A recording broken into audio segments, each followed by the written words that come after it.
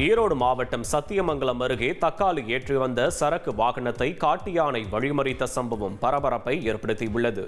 கேர்மாலம் மலைப்பகுதியிலிருந்து தக்காளி லோடு ஏற்றிக்கொண்டு சரக்கு வாகனம் ஒன்று மேட்டுப்பாளையம் மார்க்கெட் நோக்கி சென்று கொண்டிருந்தது.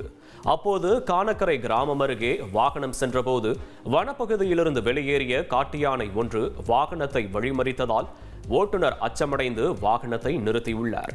பின்னர் அருகில் வந்த யானை வாகனத்திலிருந்த தக்காளி பெட்டிகளை தும்பிக்கையால் எடுக்க முயன்றது. அப்போது சரக்கு வாகன ஓட்டுநர் சிறிது நேரம் போராடி வாகனத்தை மெதுவாக நகர்த்தி யானையிடமிருந்து தப்பினார். இந்த காட்சிகள் தற்போது வெளியாகியுள்ளது.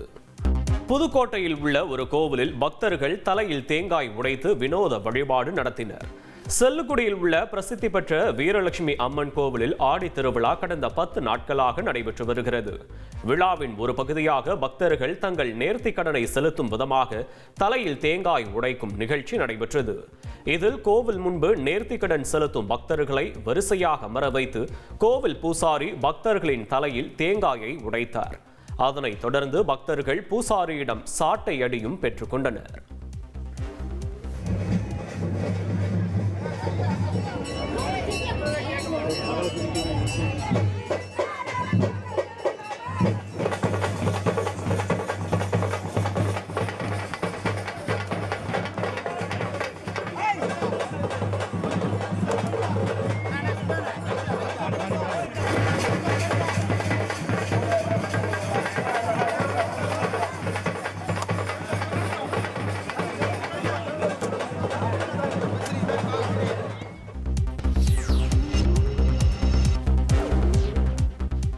வைகை அணைக்கான நீர்வரத்து அதிகரித்து வருவதால் 5 மாவட்ட மக்களுக்கு 2ஆம் கட்ட வெள்ள அபாய எச்சரிக்கை விடுக்கப்பட்டுள்ளது. தேனி மாவட்டத்தில் பெய்து வரும் தொடர் கனமழை காரணமாக 71 அடி உயரம் கொண்ட வைகை அணை தற்போது 68.50 அடியை எட்டியுள்ளது.